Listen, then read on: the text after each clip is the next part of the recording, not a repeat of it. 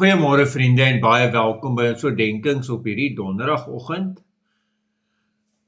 Ons is besig met Johannes 17 en alles vir die laaste paar dae al is deel van hierdie een gebed van Jesus. Gebed wat hy vir sy disippels bid, letterlik op die vooraand van sy gevangenisneming en dan gevolglik ook sy kruisiging. Dis letterlik die laaste gebed wat Jesus vir hulle bid. En nou is ons by vers 24. Vader, ek wil hê dat waar ek is, hulle wat U my gegee het, ook saam met my kan wees, sodat hulle my heerlikheid kan sien. Die heerlikheid wat U my gegee het, omdat U my van voor die grondlegging van die wêreld liefgehad het. Geliefdes, die grondlegging van die wêreld. Dit beteken voor die skepping. En dit is baie belangrik dat ek en jy dit besef, want nie almal besef dit nie, dat die Here Jesus was reeds van die begin af daar. Hoe jy begin ook al wil definieer. Nee, lank voor die skepping was Jesus reeds daar en het die Vader hom klaar lief gehad. As jy Johannes se evangelie lees, dan weet ons Jesus was ook betrokke by die skepping. So jy kan nie die Bybel lees en 'n ander gevolgtrekking maak as dat Jesus God is nie.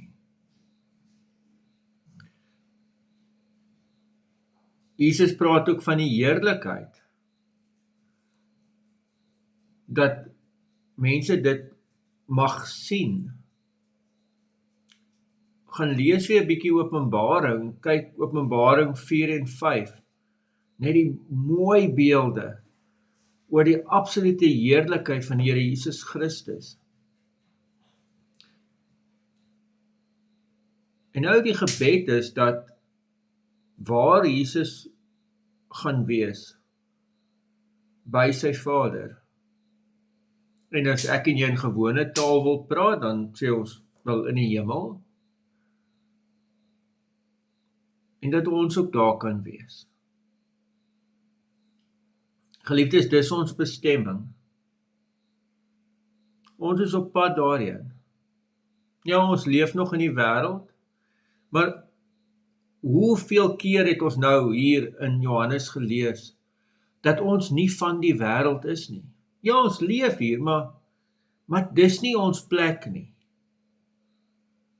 Ons tuiste, ons huis, is in die hemel. En ek en jy is op pad daarheen, en daar gaan ons hierdie heerlikheid van Christus sien.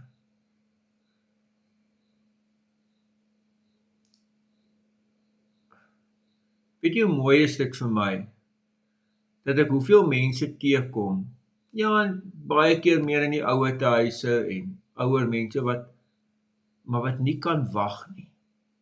Hulle kan letterlik nie wag om die Here te ontmoet nie. Hierdie teks wil iets van dit in ons binneste wakker maak. Dat ons eintlik uitsien na die dag wanneer ons saam met Jesus hier kan wees. So die vraag raak eintlik nou, maar Here, hoekom hou U ons nog hier in die lewe? Want eintlik wil ek by U wees. En dit het ons gesien. Dit gaan oor die verkondiging van Jesus. Amen. Here almagtige God, baie dankie ook vir hierdie teks. En ja, Here, dankie dat ons dit ook mag lees. Ons bid dat U hierdie waarheid in ons harte sal bære. Dat ons mag uitsien. Dat ons mag uitsien daarna om U te ontmoet. En die heerlikheid te sien. Dankie dat die hemel op ons wag. Amen. Geliefdes, mag jy 'n baie geseënde dag hê. Totsiens.